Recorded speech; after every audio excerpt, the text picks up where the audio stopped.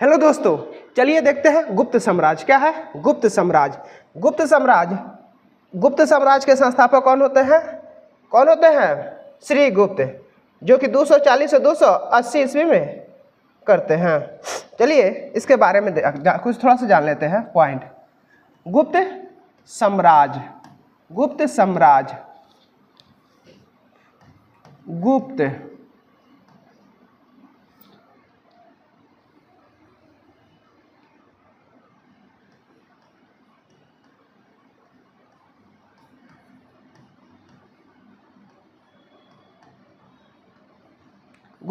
साम्राज्य, ठीक है। जब गुप्त साम्राज्य के संस्थापक कौन होता है? श्री गुप्त। कौन होता है? श्री गुप्त। जब श्री गुप्त होता है कब? 240 से 280 ईस्वी में, ठीक। यानी गुप्त साम्राज्य के संस्थापक श्री गुप्त। श्री गुप्त का जो उत्तराधिकारी कौन होता है? घटोचक। कौन होता है? घटोत्कच, ठीक। घटोचक का बाद कौन आता है? चंद्रगुप्त प्रथम,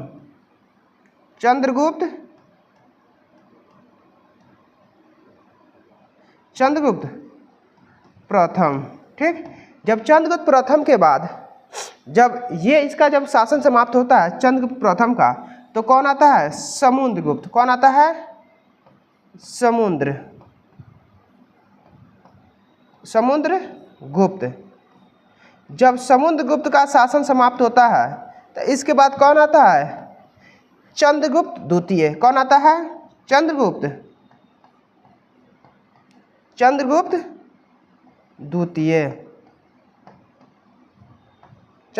द्वितीय आता है। देखिए कौन आता है? यानी गुप्त साम्राज्य के संस्थापक श्री गुप्त का उत्तराधिकारी घटोचक होता है, लेकिन ये उतना अच्छा शासक नहीं होता। उसके बाद आता है चंद्रगुप्त प्रथम प्रतापी शासक होता है। चंद्रगुप्त के बाद कौन आता है? समुद्रगुप्त। उसके बाद आता है चंद्रगुप्त द्वितीय। जब चंद्रगुप्त द्वितीय का शासन समाप्त होता है तो कुमारगुप्त आता है। कौन आता है? कुमारगुप्त। जब कुमारगुप्त का शासन समाप्त होता है तो कौन आता है? स्कंदगुप्त। कौन आता है? स्कंदगुप्त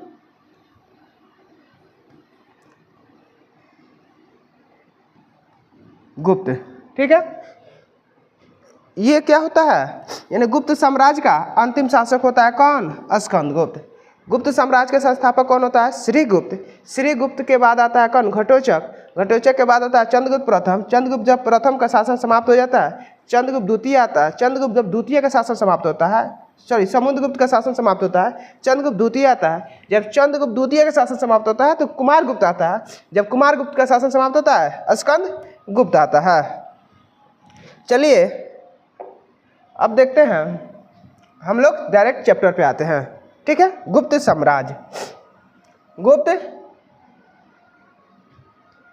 साम्राज्य क्या है? गुप्त साम्राज्य का उदय 3री शताब्दी के अंत में प्रयाग के निकट कौशाम्बी में हुआ। यानी अगर कहा जाए तो गुप्त साम्राज्य का जो उदय हुआ कब हुआ? 3री शताब्दी के अंत में। कब? कौशाम्बी के निकट, यानी प्रयाग के निकट। कहाँ? कौशाम्बी में हुआ। संभवतः गुप्त लोग कुषाण के सामंत थे। जो गुप्त लोग कौन थे? जो गुप्त लोग थे किसके सामंत थे? कुषाणों के सामंत थे। जो भी गुप्त लोग थे किसके सामंत थे? कुषाणों के सामंत थे, ठीक है। गुप्त वंश का संस्थापक कौन होता है? श्री गुप्त 240 से 280 ईस्वी में। यानी गुप्त वंश का शासक कौन होता है? श्री गुप्त 240 से लेकर 280 ईस्वी में। ये संस्थापक करते हैं किसका? गुप्त साम्राज्य का, ठीक है। अब फिर से आते हैं श्री गुप्त का उत्तराधिकारी घटोचक, जो कि 280 से 320 ईस्वी तक हुआ। देखिए अगर कहा जाए श्री गुप्त का उत्तराधिकारी कौन होता है? घटोचक। 280 से लेकर 320 ईस्वी तक हुआ, ठीक है। जब इसका शासन समाप्त होता है घटोचक का समाप्त होता है, यानी गुप्त वंश का प्रथम महान सम्राट कौन बनता है? चंद्रगुप्त प्रथम महान सम्राट कौन बनता है? चंद्रगुप्त प्रथम। यह 320 ईस्वी में गद्दी पर बैठा। कब बैठा? 320 ईस्वी में गद्दी पर बैठा। इसने लिच्छवी राजकुमारी कुमार देवी से विवाह किया। यानी किससे विवाह किया? लिच्छवी की राजकुमारी कुमार देवी से विवाह किया। इसने महाराजाधिराज की उपाधि धारण की। यानी इसने किसका धारण कर लिया? महाधिराज की धारण किया। किसने? चंद्रगुप्त प्रथम। ठीक है। अब आता है गुप्त संवत 319 से 320 ईस्वी की शुरुआत चंद्रगुप्त प्रथम ने की है। यानी गुप्त संवत 319 से 320 की शुरुआत किसने की है? चंद्रगुप्त प्रथम ने की। ठीक है। अब है चंद्रगुप्त प्रथम का उत्तराधिकारी समुद्रगुप्त हुआ। चंद्रगुप्त प्रथम का उत्तराधिकारी कौन हुआ? समुद्रगुप्त। देखिए सबसे पहले गुप्त जो साम्राज्य था किसका, कौन सा स्थापना किया था? श्रीगुप्त। श्रीगुप्त के बाद कौन आता है? घटोत्कच। घटोत्कच के बाद कौन आता है? चंद्रगुप्त प्रथम। चंद्रगुप्त के बाद कौन आता है? कौन आता है? समुद्रगुप्त। कौन आता है? समुद्रगुप्त। ठीक है। अब आता है समुद्र जो 335 समुद्रगुप्त जो था 335 ईस्वी में राजगद्दी पर बैठा। जो समुद्रगुप्त था कि कब बैठा? 335 में गद्दी बैठा। इसने आर्यावर्त के 9 शासकों और दक्षिणावर्त के 12 शासकों को पराजित कर दिया। क्या कर दिया? 12 शासकों का पराजित कर दिया। इन्हीं विजयों के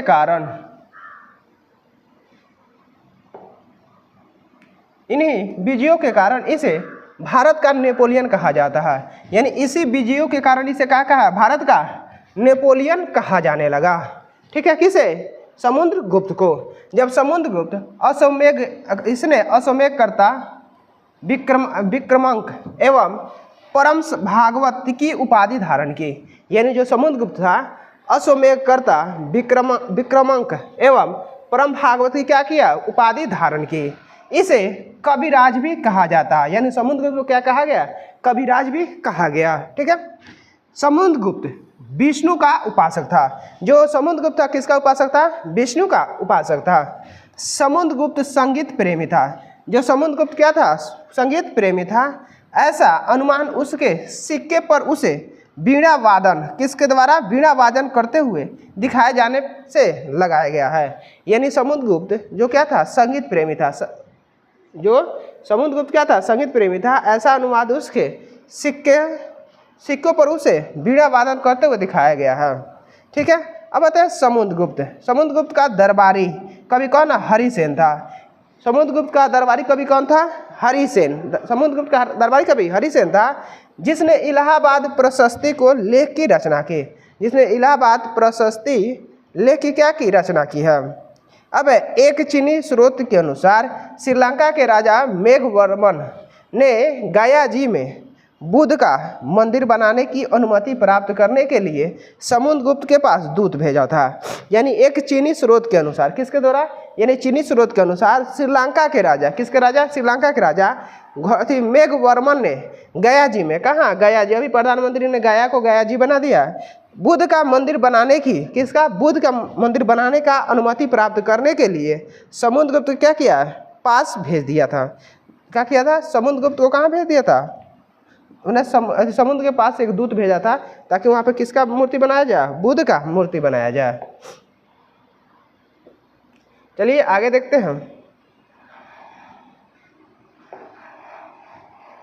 अब नोट में दिया हुआ है परम भागवत की उपाधि धारण करने वाला प्रथम गुप्त शासक समुद्रगुप्त था। यानी परम भागवत की उपाधि धारण करने वाला प्रथम शासक कौन था? समुद्रगुप्त हुआ। ठीक है। गया एवं नालंदा से मिले 2 ताम्रलेख समुद्रगुप्त को परम भागवत कहा गया है। क्या कहा गया? परम भागवत कहा गया है। समुद्रगुप्त का उत्तराधिकारी चंद्रगुप्त द्वितीय हुआ। ठीक है। समुद्रगुप्त का उत्तराधिकारी कौन हुआ? चंद्रगुप्त द्वितीय। कौन हुआ? चंद्रगुप्त द्वितीय, जो 380 ईस्वी में राजगद्दी पर बैठा। किसको बैठा? 380 में राजगद्दी बैठा। इसके समय में चीनी बौद्ध यात्री फैयान भारत आया। यानी फैयान किसके समय में आया था? चंद्रगुप्त द्वितीय के समय में आया था। किसके समय में आया था? फैयान जो आया था चंद्रगुप्त द्वितीय के समय में आया। शकों पर विजय के उपलक्ष्य में चंद्रगुप्त द्वितीय ने चांदी के सिक्के चलाए। यानी शकों पर जब शकों पर विजय पा लिया। कौन? चंद्रगुप्त द्वितीय। तो क्या किए? चांदी के सिक्के चलाया। जब चंद्रगुप्त द्वितीय ने क्या किया? शक जो साम्राज्य था उस पर जब विजय प्राप्त कर लिया तो क्या किया? चांदी के सिक्के चलाए। ठीक है, चांदी के सिक्के चलाए। अब है चंद्रगुप्त द्वितीय ने विक्रमादित्य की उपाधि धारण की। जौन चंद्रगुप्त द्वितीय था किसका उपाधि धारण की? विक्रमादित्य की उपाधि धारण की। यह उपाधि इससे पूर्व 57 ईसा पूर्व में उज्जैन के शासक ने भी पश्चिम भारत में शक क्षेत्रपों पर विजय पाने के उपलक्ष्य में धारण की थी। यानी इसने इससे पूर्व 57 ईसा पूर्व में उज्जैन के शासक ने भी पश्चिमी भारत में शक क्षेत्रपों पर विजय पाने के उपलक्ष्य में क्या किया था? उपलक्ष्य में धारण की थी। अब है साब। साब चंद्रगुप्त द्वितीय का राजकवि था। चंद्रगुप्त द्वितीय का राजकवि कौन था? साब था। चंद्रगुप्त द्वितीय का राजकवि कौन था? साब। ठीक है, अब है पाटलिपुत्र।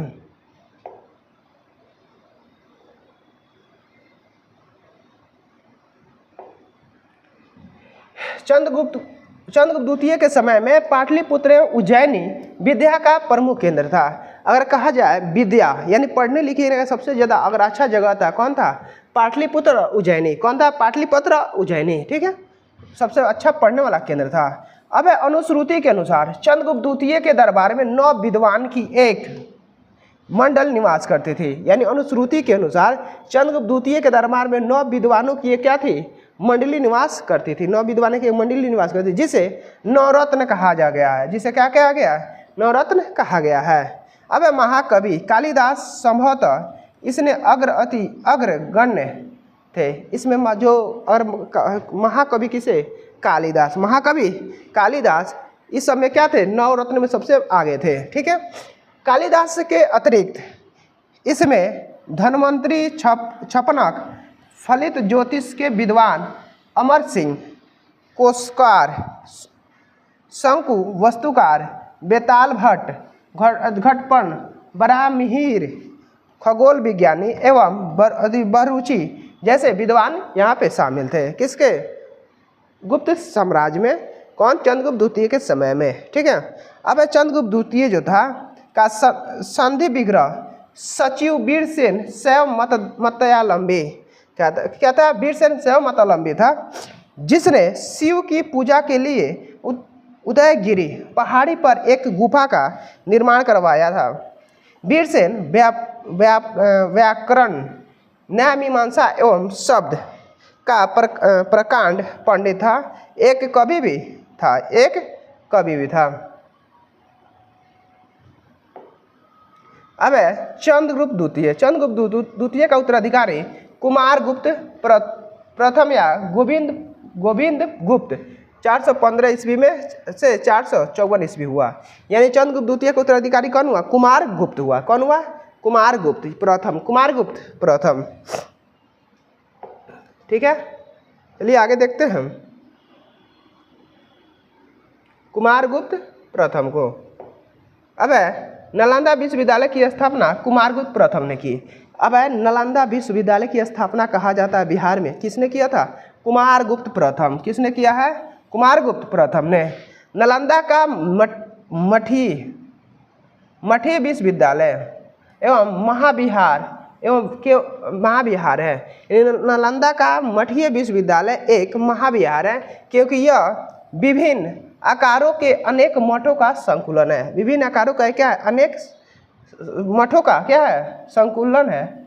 संकुल है। नालंदा के बारे में अधिकांश जानकारी चीनी यात्री वेनसांग के अभिलेखों पर आधारित है। यानी अगर कहा जाए कौन है? कुमारगुप्त के समय का जो भी शासन है किसके वजह से मिलता है? चीनी यात्री कौन था? वेनसांग के अभिलेखों से मिलता है। ठीक है, इनमें कहा गया है कि एक मठ की नींव कुमारगुप्त प्रथम द्वारा 5वीं शताब्दी में डाली गई थी। यानी अगर कहा जाए तो एक मठ की नींव किसके द्वारा? कुमारगुप्त प्रथम द्वारा। ठीक है, 5वीं शताब्दी में डाली गई। कौन सी शताब्दी? 5वीं शताब्दी में डाली गई थी। और यह निर्माण कार्य परवर्ती सम्राट के शासन काल में भी चलता रहा। ठीक है, जिन्होंने विलक्षण विश्वविद्यालय का कार्य समन्वय ने किया। इस बात के प्रमाण मिलते हैं कि बौद्ध धर्म के सभी 3 संप्रदायों थेरवाद, महायान और ब्रजयान के सिद्धांत यहाँ पढ़ाए जाते थे। क्या कहते थे? ब्रजयान के सिद्धांत पढ़ाए जाते थे। अब ये चीन, तिब्बत, श्रीलंका, थाईलैंड, वर्मा अनेक अन्य देशों के भी बौद्ध भिक्षु बौद्ध धर्म की क्या शिक्षा प्राप्त करने के लिए नालंदा एवं इसके आसपास स्थित बोधगया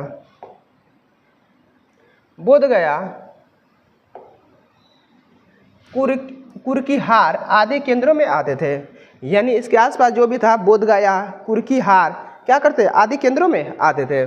ठीक है। कुमारगुप्त प्रथम का उत्तराधिकारी स्कंदगुप्त जो कि 455 से 467 ईस्वी में हुआ। यानी कुमारगुप्त का प्रथम उत्तराधिकारी कौन हुआ? स्कंदगुप्त। कुमारगुप्त का प्रथम उत्तराधिकारी स्कंदगुप्त 455 से 467 ईस्वी में हुआ।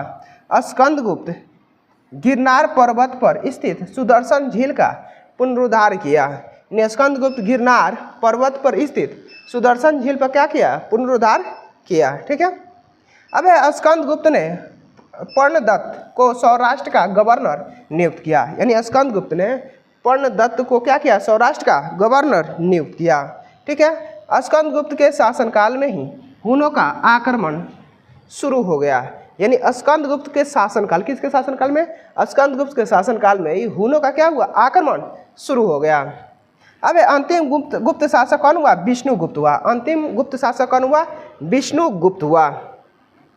गुप्त साम्राज्य की सबसे बड़ी प्रादेशिक इकाई देश थी। यानी गुप्त साम्राज्य की सबसे बड़ी प्रादेशिक इकाई कौन थी? देश थी, जिसके शासक को गोपना कहा जाता था। जिसके शासक को क्या कहा? गोपना कहा जाता था। एक दूसरी प्रादेशिक इकाई भुक्ति या प्रांत थी। एक दूसरी इकाई क्या थी? भुक्ति या प्रांत थी, जिसके शासक ऊपरी कहलाते थे। जिसके शासक क्या कहलाते थे? ऊपरी कहलाते थे।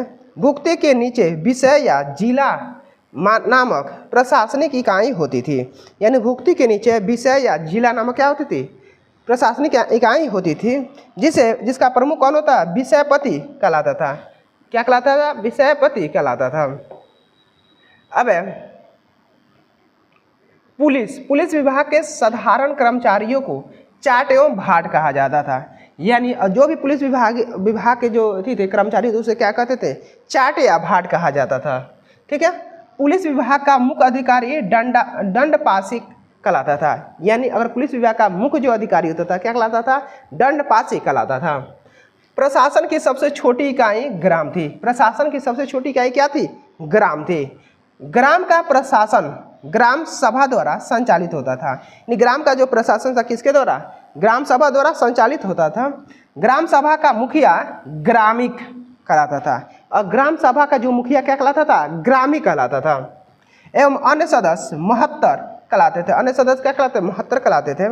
ग्राम समूहों की छोटी इकाई को पेट कहा जाता था। यानी ग्राम समूहों की छोटी इकाई को पेट कहा जाता था। ठीक है।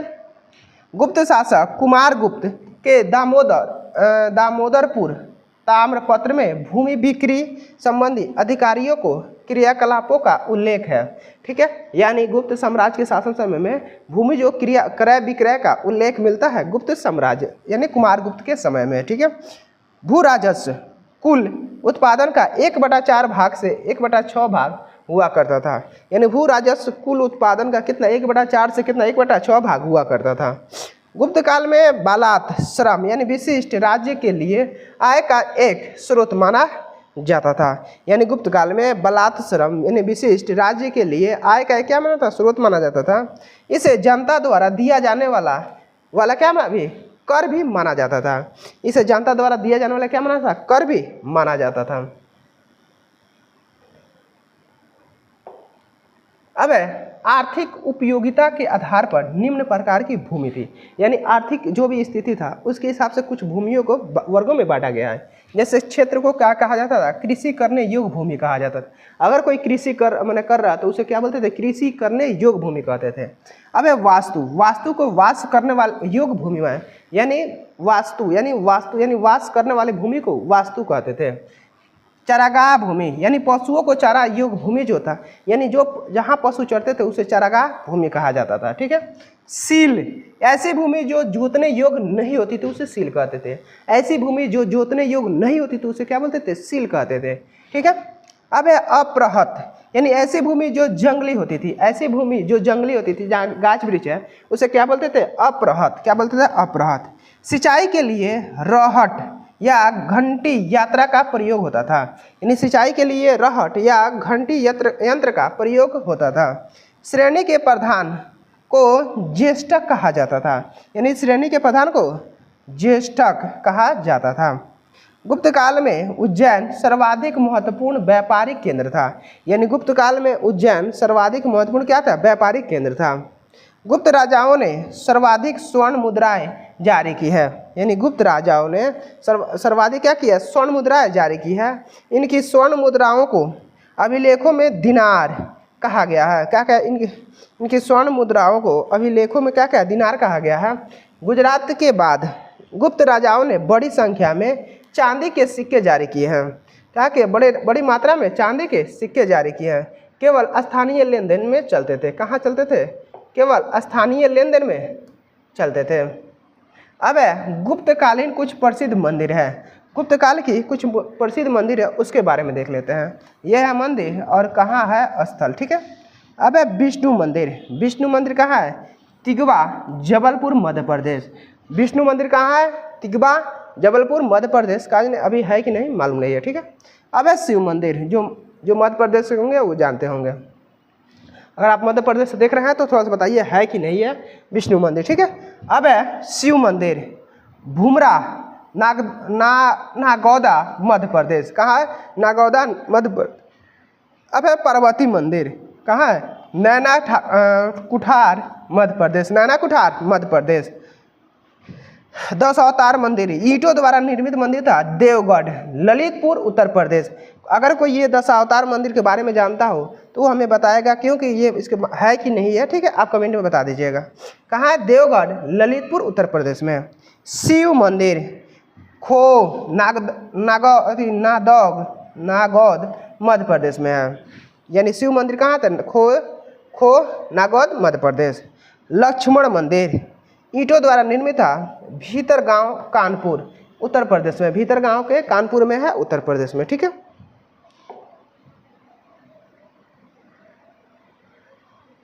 चलिए आगे देखते हैं।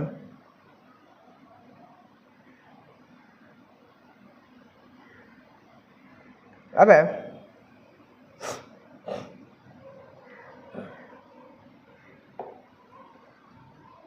कायस्थों का सर्वप्रथम वर्णन याज्ञवल्क्य स्मृति में मिलता है, यानी जो कायस्थों का सर्वप्रथम उल्लेख कहाँ मिलता है? याज्ञवल्क्य स्मृति में मिलता है। यानी जाति के रूप में कायस्थों का सर्वप्रथम वर्णन अशोक वर्मन स्मृति में मिलता है। कहाँ मिलता है? अशोक वर्मन स्मृति में मिलता है। अब है विंध्य जंगल में स्वर जाति, कौन? स्वर जाति के लोग अपने देवताओं को मनुष्य का मांस चढ़ाते थे। यानी विंध्य जंगल में सवर जाति जो थे, सवर जाति के लोग अपने देवताओं क्या कहते हैं? मनुष्य को मांस चढ़ाते थे। क्या चढ़ाते थे? मांस। ठीक है। पहली बार किसी के सती होने का प्रमाण 510 ईस्वी में भानुगुप्त के एरन अभिलेख से मिलता है। अगर कहा जाए तो सबसे पहले सती यानी पति के साथ जल जाना तो उसे सती बोला जाता था। कब मिला था? 510 ईस्वी के एरन अभिलेख में मिलता है, जिसमें किसी भोजराज की मृत्यु पर उसकी पत्नी के सती होने का उल्लेख है। लेकिन सबसे पहले 510 ईस्वी में सती होने का सबसे बड़ा उल्लेख किससे मिलता है? कोई भोज राजा थे, उन्हीं की पत्नी थी, वही क्या हो गई थी? सती होने का उल्लेख मिलता है। कहाँ? एरन अभिलेख में। गुप्त काल में वेश्यावृत्ति करने वाली महिलाओं को गणिका कहा जाता था। यानी गुप्त काल में अगर कोई महिला वेश्यावृत्ति कर रही है तो उसे क्या बोला जाता था? गणिका। क्या बोला था? गणिका। वृद्ध वेश्याओं को कुटनी कहा जाता था। जो महिला जो वेश्या थी, जो बूढ़ हो जाती थी, उसे बोलते थे कुटनी कहा जाता था। क्या कहा था? कुटनी कहा जाता था। गुप्त साम्राज्य वैष्णव धर्म के अनुयायी थे। जो गुप्त साम्राज्य थे किसके अनुयायी थे? वैष्णव धर्म के अनुयायी थे, तथा उन्होंने इसे गज धर्म बनाया। क्या बनाया? राजधर्म बनाया। राजधर्म बनाया था। विष्णु का वाहक गरुण गुप्तों का राज चिन्ह था। यानी जो गुप्त थे उनका राजा कहते थे। भगवान कौन थे? विष्णु जी थे। वैष्णव धर्म था, वैष्णव धर्म के अनुयायी थे। और इन्होंने क्या किया था? गरुड़ को क्या बना था? अपना राज चिन्ह बनाया था।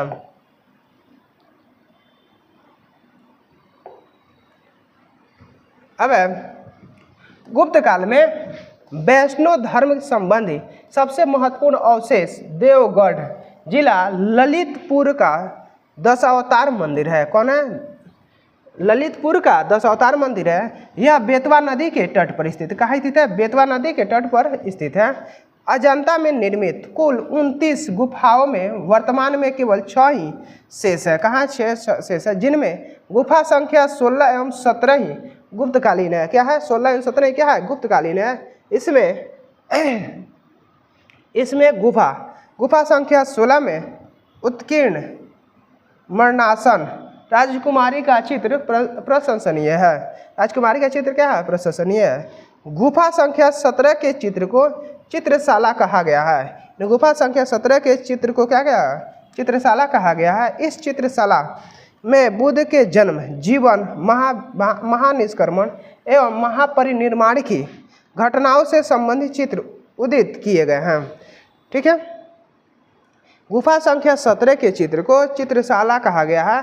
इस चित्रशाला में बुद्ध के जन्म, जीवन, महाभिनिष्क्रमण एवं महापरिनिर्वाण की घटनाओं से संबंधित चित्र का उद्धत किया गया है।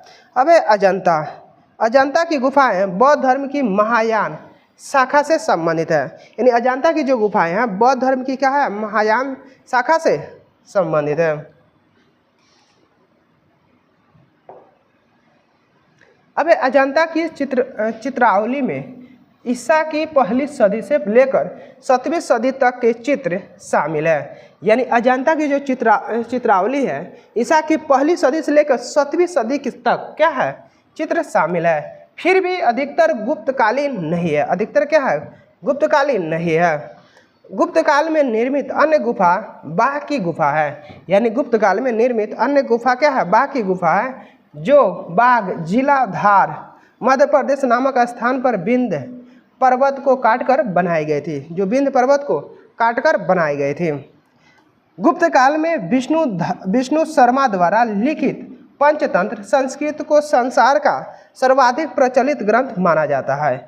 अगर कहा जाए तो गुप्त काल में विष्णु शर्मा द्वारा लिखित पंचतंत्र संस्कृत को संसार का क्या मानता है? सर्वाधिक प्रचलित ग्रंथ माना जाता है।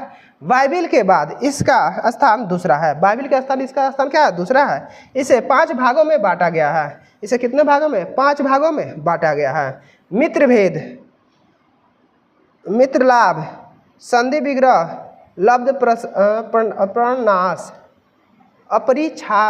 अपरिच्छाकारित्व। ठीक है। अब आते हैं आगे।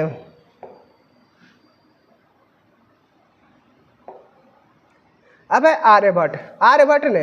आर्यभट्टीय एवं सूर्य सिद्धांत नामक ग्रंथ लिखे। उसने सूर्य ग्रहण एवं चंद्र ग्रहण के वास्तविक कारण बताए। आर्यभट्ट पहला भारतीय नक्षत्र वैज्ञानिक थे जिसने घोषणा की कि पृथ्वी अपनी धुरी पर घूमती है। यानी आर्यभट्ट ने आर्यभट्टियम एवं सूर्य सिद्धांत नामक ग्रंथ लिखे। आर्यभट्ट ने कौन कौन से ग्रंथ लिखे? आर्यभट्टियन और सूर्य सिद्धांत नामक ग्रंथ लिखे। उसने सूर्य ग्रहण एवं चंद्र ग्रहण में के वास्तविक कारण बताए। सूर्य ग्रहण और चंद्र ग्रहण के क्या बताए? वास्तविक कारण बताए हैं। आर्यभट्ट पहला भारतीय नक्षत्र वैज्ञानिक थे जिसने घोषणा की कि पृथ्वी अपनी धुरी पर घूमती है। पृथ्वी अपनी धुरी पर घूमती है। अब है बराहमिहिर। कौन है? बराहमिहिर ने बृहत संहिता, पंच सिद्धांत, बृहजाक और लघु जातक की रचना की है। बृहत संहिता में नक्षत्र विद्या, वनस्पति शास्त्र, प्राकृतिक इतिहास और भौतिक भूगोल के विषयों पर चर्चा की गई है। यानी बराहमिहिर ने बृहत संहिता, पंच सिद्धांत, बृहजातक और लघु जातक की रचना की है। कौन? बराहमिहिर ने। कौन किया है? बराहमिहिर ने। ठीक है। अब है ब्रह्मगुप्त। इस युग के महान नक्षत्र वैज्ञानिक एवं गणितज्ञ थे। यानी ब्रह्मगुप्त जो थे इस युग के महान नक्षत्र एवं वैज्ञानिक एवं गणितज्ञ थे। उसने यह घोषणा करके न्यूटन के सिद्धांत की पूर्व कल्पना कर ली। यानी ब्राह्मण इस युग के महान नक्षत्र वैज्ञानिक एवं गणितज्ञ थे। ब्राह्मण गुप्त उसने यह घोषणा करके न्यूटन के सिद्धांत की पूर्व कल्पना कर ली। प्रकृति के एक नियम के अनुसार सभी वस्तुएं पृथ्वी पर गिरती है। यानी प्रकृति के अनुसार पृथ्वी पर क्या होती है, सभी वस्तुएं पृथ्वी पर गिरती है, क्योंकि पृथ्वी स्वभाव से ही सभी वस्तुओं को अपनी ओर आकर्षित करती है। यानी पृथ्वी क्योंकि पृथ्वी स्वभाव से ही सभी वस्तुओं क्या करती है, अपनी ओर आकर्षित करती है। नोट में आते हैं संग्राहिणी सूत्र एवं ब्रह्मांड संबंधी ग्रंथ है। यानी संग्राहिणी सूत्र एक क्या है, ब्रह्मांड संबंधी ग्रंथ है, जिसकी रचना 12वीं शताब्दी में की गई थी। जिसकी रचना कब की थी, 12वीं शताब्दी में की गई थी। ब्रह्मांड की संरचना और अंतरिक्ष के बारे में अवधारणाएं शामिल है। ठीक है। अब गुप्त काल में पलकांड ने पशु चिकित्सा पर हस्त्या आयुर्वेद लिखा। ठीक है। नवनीतकम की रचना गुप्त काल में की गई है। नवनीतकम की रचना किसके काल में की गई है, गुप्त काल में की गई है। इस पुस्तक में नुस्खे, सूत्र और उपचार विधियां दी गई है। ठीक है।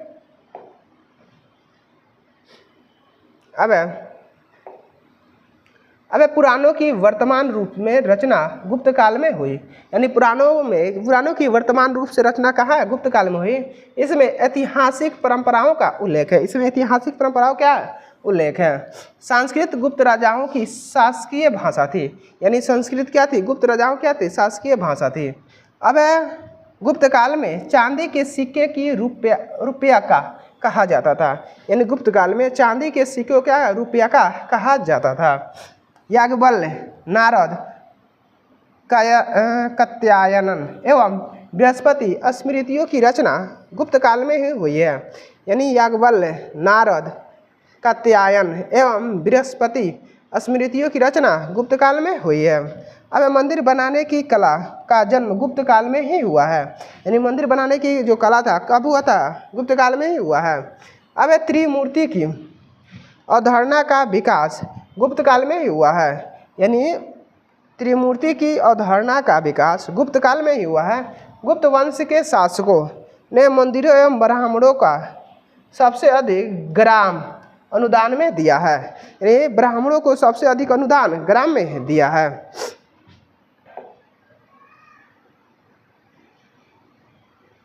चलिए आगे देखते हैं।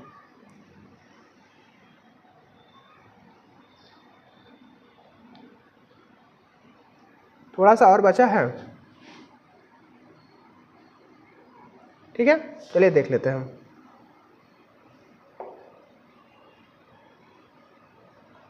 अब लाइन दब गया का।